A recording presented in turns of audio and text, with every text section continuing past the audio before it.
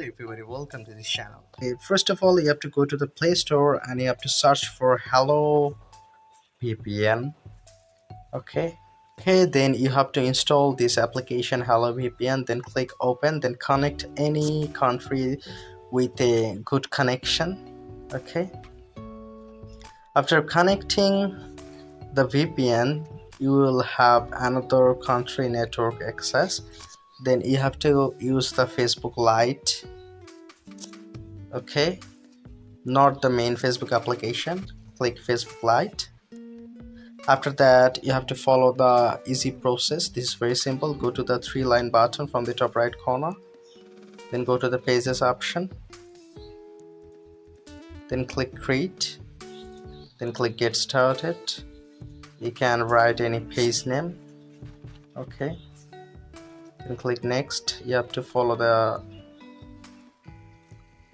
then add category, then click next. Just click escape. You can see that how easily I have created this page. I had also the same problem, but this is how easily I can solve it. So if this tutorial helped you, like this video and don't forget to subscribe to my channel. See you in the next one.